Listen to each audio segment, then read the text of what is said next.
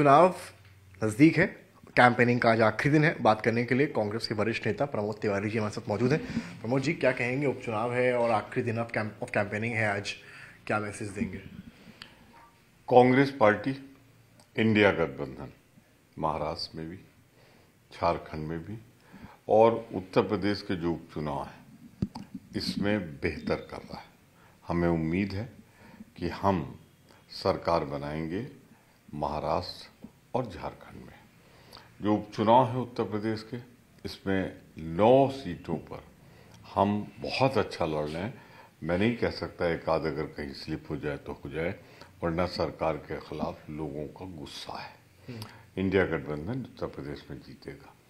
सवाल जहाँ तक है वायनाड का, वहाँ जीत हार की बात ही नहीं हो रही। वहाँ 4 लाख से जीतेंगी या 5 लाख से जीतेंगी प्रियंका गांधी, सिर्फ इतनी बात होनी है। यूपी में हालांकि कोई कांग्रेस का नेता कैंपेनिंग में समाजवादी पार्टी की दिखाई नहीं पड़ा बहुत।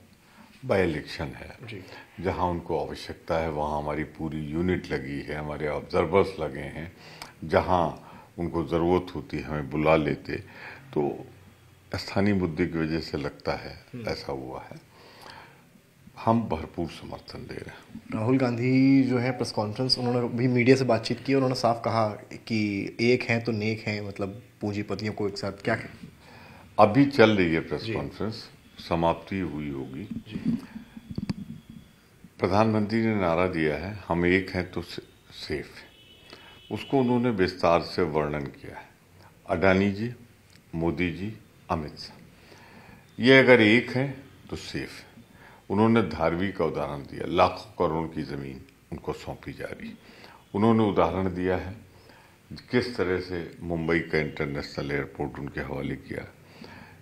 तो उन्होंने कहा है कि जब तक अडानी और मोदी एक हैं, उनको नारा है, तब तक वो सेफ है। और जिस दिन दोनों में से कोई एक नहीं रहेगा तो दोनों अनसेफ हो जाएंगे। राहुल गांधी ने बहुत ही वैचारिक उदाहरण दिए कि 7 लाख करोड़ से ज़्यादा के प्रोजेक्ट महाराष्ट्र चले गए, टाटा के, एयरलाइंस के, तमाम चीज़ें।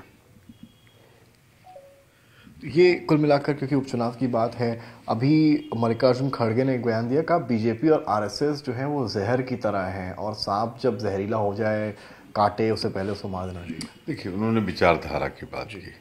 अब जिस तरह वो करेंगे, कटेंगे, मरेंगे, एक रहेंगे, जिएंगे, कटेंगे, तो वो जो धर्म के आधार पे विषमता फैलाई जा रही है, सांप्रदायिकता फैलाई जा रही है, खड़गे साहब का 50 साल का अनुभव है, वो उसी तरफ इशारा कर रहे हैं। इस विचारधारा को समाप्त होना चाहिए। गोधरा पर एक फिल्म बन रही है, प्रधानमंत्री ने एक्स पर पोस्ट कर लिखा है ट्रुथ कमिंग आउट। अब फिल्मों में ट्रुथ दिखेगा।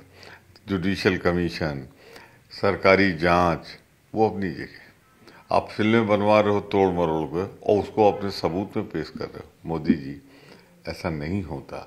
जहाँ पे जुडिशियल जांच होती है, तकनीकी जांच होती है, विभागीय जांच होती है, वो देख के विचारधारा बनती है, फिल्में देख के नहीं। अस्पतालों, आखिरी सवाल मेरा, झांसी अस्पताल में जिस तरह की घटना हुई है, लखनऊ के भी कुछ अस्पतालों को नोटिस मिला है, आज तक ने भी रियलिटी चेक किया है, कई जगह पाया गया जहाँ पर चीज़ें दुरुस्त नहीं थी। मैं धन्यवाद देता हूँ आज तक को, जिसने सच्चाई बाहर लाने की कोशिश की है। देखिए, झांसी में जो बात उभर कर सामने आ रही है वो बहुत साफ आ रही है कि जिन लोगों ने जिम्मेदारी थी कि वहाँ पे फायर एक्सटिंग्विशर, अग्निशमन यंत्र काम करे, काम ही नहीं कर रहा था। वहाँ के लोग जो प्रत्यक्षदर्शी बता रहे हैं कि आग बुझाने का कोई जरिया नहीं था, शॉर्ट सर्किट से हुआ, किससे हुआ, जांच का विषय है, बुझा ही नहीं पाए। और मासूम 10 दिन 2 दिन के बच्चे जल भुनकर राख हो गए। ये सरकार पर बहुत बड़ा कलंक है, उत्तर प्रदेश सरकार पर। मैं ये मानता कि वहाँ पे प्रयास होता बचाने का, ये फायर एक्सटिंग्विशर काम कर रहा होता, अग्निशमन यंत्र काम कर रहे होते, उसके बाद दुर्घटना में 1-2 लोग चले जाते। कल तक 10 थी, आज 11 हो गई। मौतें 11। अक्षम्य अपराध है जिन लोगों ने किया। बहुत शुक्रिया। तो ये हमारे साथ कांग्रेस के वरिष्ठ नेता प्रमोद तिवारी, उन्होंने साफ कहा है उपचुनाव हो चाहे वायनाड का चुनाव, जीत होनी है। कैमरामैन संजय के साथ समर्थ श्रीवास्तव, आज तक।